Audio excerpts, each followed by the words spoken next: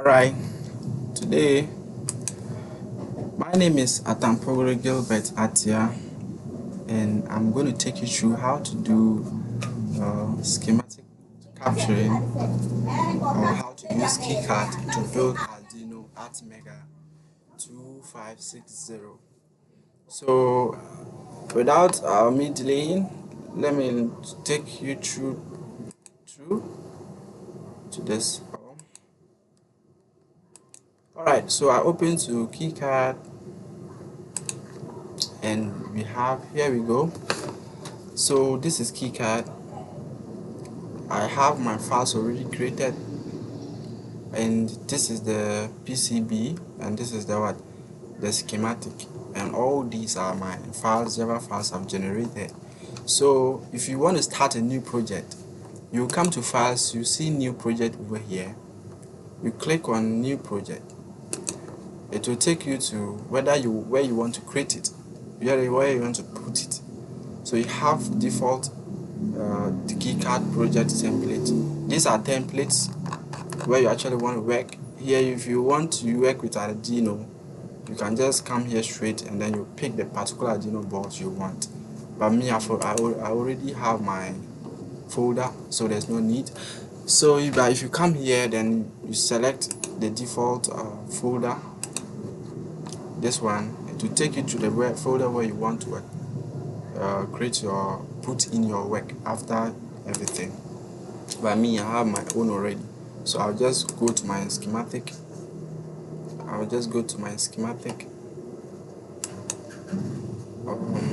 I come here. So this is my schematic. So I'll show you how to do component placement, and I will also show you how to assign footprint. So this one, I have my thing built already. How I've been able to come up with this, like you come to tools, you can have your component placement over here, or your right side here. This is a place symbol. You can click here to place your symbol, or you can also click A, just shortcut to press A. Your symbol library here will pop up. Then any symbol at all you want, you'll be able to pick and then place it on your schematic editor. And here too, I have after placing your component, you have to assign footprints to each one of them. There are two ways in placing the component. This, for instance, this is resistor. I can give its footprint right here while I'm placing the components in this the schematic editor, or I can come to tools. I come to assign footprint.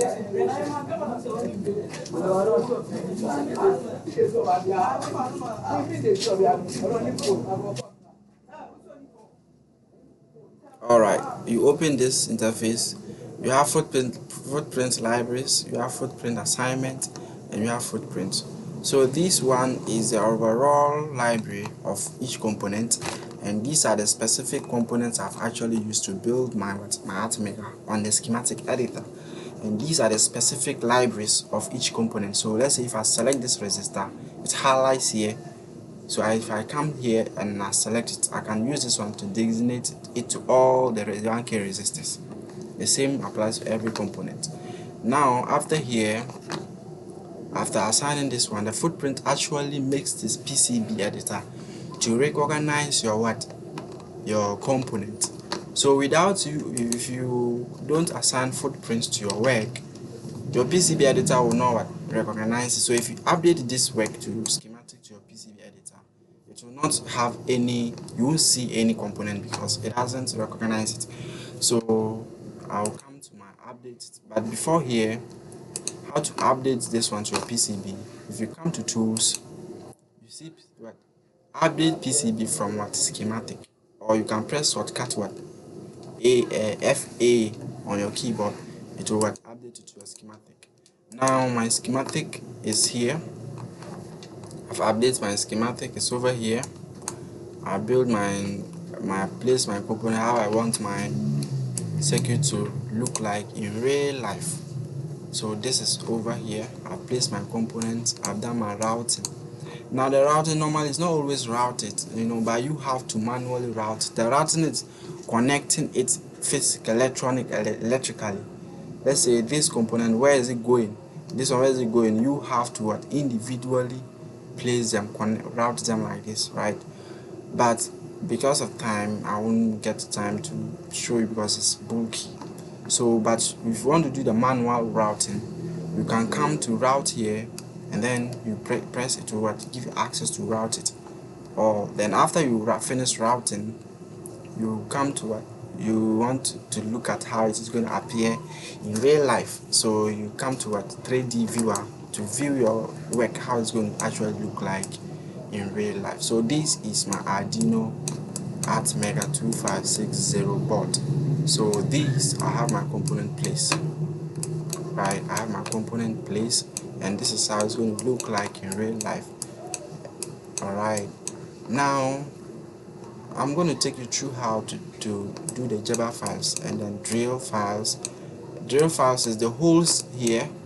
You are going to generate specifications for the company to be able to know that this place there's going to be a hole, this place there's going to be a hole, this place there's not going to be a hole, right?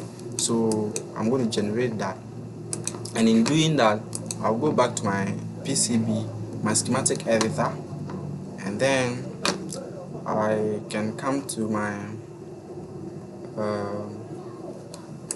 here. You have all these. You have all them here. So you have generate bill of materials. So if you come here, you have bill of material, how to generate it. So the material, this one you can send it to the company. So if I come here, then after this one, then I can just click apply and okay, it will be generated, and I'll have to ask me to create a folder where I want to put it. Then I'll put it in that folder and it will be done. There's a shortcut here to create a bill of material, and in generating the bill of material, you have the drill files, the Java files, and everything that created in it. You understand? So that is how you work with Arduino. You work with Kicad simply in any project you want to build. Alright, bye. My name is once again Gilbert Atia.